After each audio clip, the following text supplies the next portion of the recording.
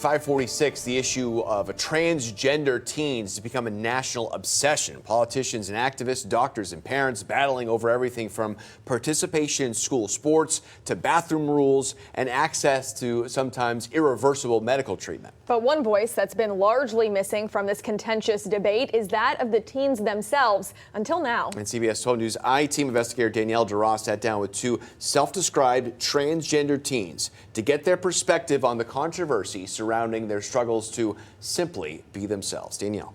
Well, Matt and Sam, these two teenagers reached out to me, born female, now using their chosen names of Dean and Elliot. They are upset about what's happening in Tallahassee and around the country, and they want to be heard. Their parents brought them to our interview. We are only trying to live our lives and to be treated as like we're not less than you. We're humans just like anybody else. Elliot, 16, and Dean, 17, say they're old enough to know who they are on the inside. But under Florida law, they're still too young to undergo medical treatments to make their bodies match who they feel themselves to be. Dean was about to start hormone replacement therapy when the rules changed. I was planning on, as soon as possible, starting my transition because it would help me feel more comfortable in my body. I definitely have experienced a lot of the adverse effects of gender dysphoria in all three aspects: social, physical, and mental. To people who say you're too young to make these decisions, what do you say to that? Are you too young? I'm the only one who's been inside my body, and I'm the only one who knows how I feel. These changes that I can make now to make myself feel more comfortable are important, because at the rate that gender dysphoria destroys people's mental health, if we don't start to get support, we might not be around long enough to know when we're older. Elliot didn't have immediate plans to transition, but thinks people under the age of 18 ought to have the option available. I can't speak for anybody else, but me personally, I wouldn't actually get surgery until I was over the age of 18, but I feel like you should be able to begin your medical transition and be able to go on puberty blockers. Could you ever foresee a day down the road where you thought, I made a mistake and I'm not transgender after all? Do you think that that's possible to feel that way in the future?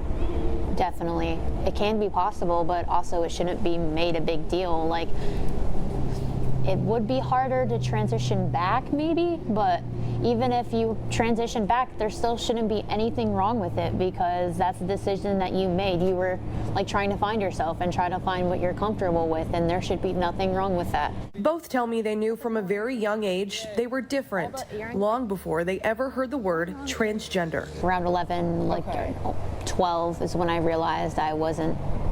I kind of always knew, but I didn't know what the term was until 6th grade. Can you describe to me what the feeling that you always had was? I never felt like a woman. I still don't feel like a woman. I never really felt like anything. I always felt out of place, and I always felt like I wasn't welcome anywhere because I wasn't girly or I wasn't a girl. I was considered a tomboy when I was younger. And then when I learned what being transgender meant and what it meant for me, it was really important to me because I finally figured out who I was. I didn't have an exact word for it, but playing house, I would always be the dad, and I would always want to go to the little boys section of Target. So I think I knew for sure that my gender wasn't like everybody else's as I entered 5th to 6th grade. For people who say this is just a phase, this is just a trend right now, that you don't really know if you're transgender, what is your response to that? They've never been in my body. They've never seen the joy that my mom and dad see when I put on a suit, when I first wore a tie, when I first cut my hair.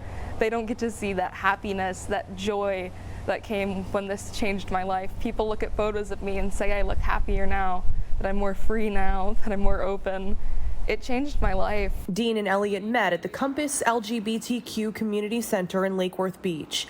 They say the acceptance they find there can be hard to come by in everyday life. And both worry this wave of new laws grappling with issues involving transgender kids will only make things more difficult. I'm already getting bullied as it is in school.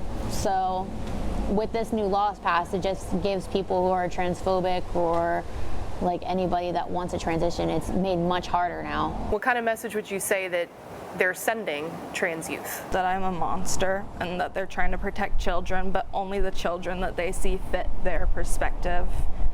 They don't see me as a person. They see me as just something to be afraid of. Because at the end of the day, these bans are against children. We are still children. Imagine how we're feeling being treated like we're monsters. That's the end of our story. No analysis, no politics, just their feelings, their experiences, and their words. It can be easy to forget when we argue fiercely over what is best for our kids. They hear us. No matter what your politics, no child should feel like a monster for being themselves. All right, 5:51. Thank you, Danielle. Still ahead, it is hurricane preparedness.